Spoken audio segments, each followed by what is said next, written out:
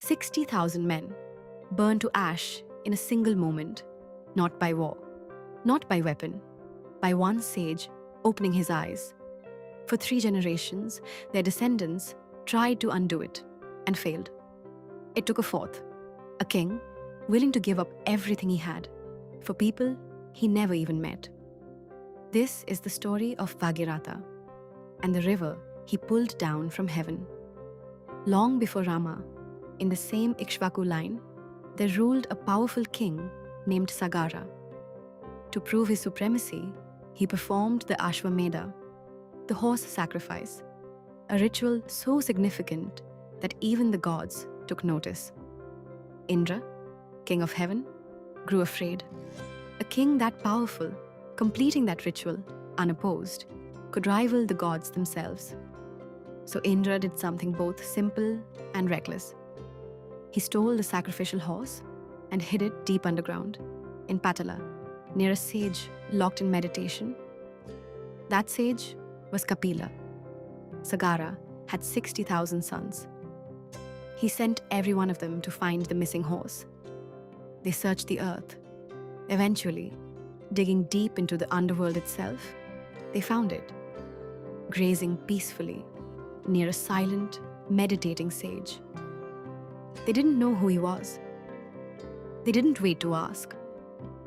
Assuming he had stolen their father's horse, all 60,000 surrounded him, shouting, accusing, furious.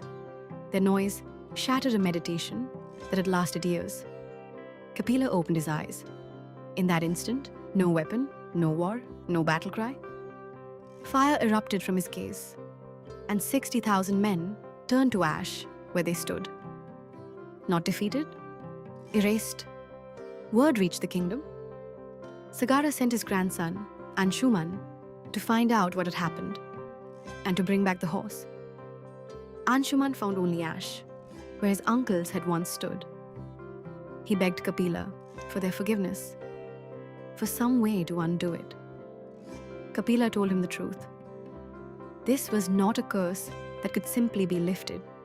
These souls, dead by fire and fury, could never move on. Not through natural death, not through ordinary rites.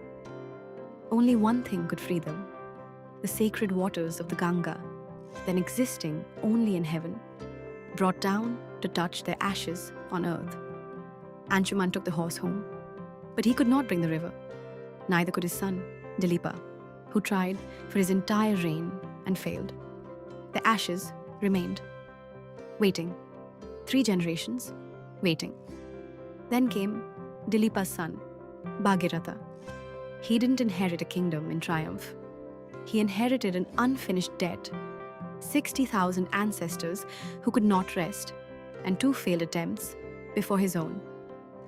Bhagiratha left the comforts of his throne and went into the wilderness. And there, he did something almost no king before him had done for people who weren't even alive to ask him for it. He began a penance so severe, so unbroken, that it moved Brahma himself. Brahma agreed. The Ganga would descend to earth. But there was a problem no one had accounted for. The Ganga was no ordinary river. She existed in heaven, vast and untamed. And if she fell to earth directly, her sheer force wouldn't purify anything. She would shatter the world she was meant to save. Bhagiratha had won half his battle. Now he needed someone strong enough to survive catching a falling heaven. So he turned to Shiva. Bhagiratha began a second penance, this time pleading with the one being who could contain what even Brahma couldn't safely release. Shiva agreed. When the Ganga fell, roaring down from the heavens, with the force to break the world, Shiva caught her entirely in his matted hair and let her go gently in 7 calm, controlled streams instead of one destructive flood. Bhagiratha led that gentle river across the earth himself, down through mountains, across plains, all the way to Patala, to the ashes that had waited for 3 generations for this one moment.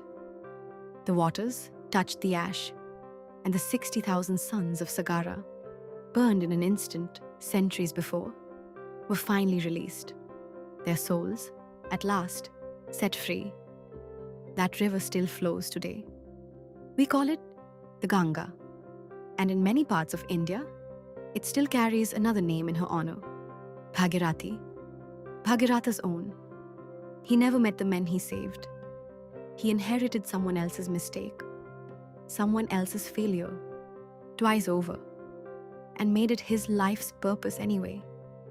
Some deaths aren't yours to create, but they can still be yours to finish. Subscribe to the Banyan Tales for more untold divine stories.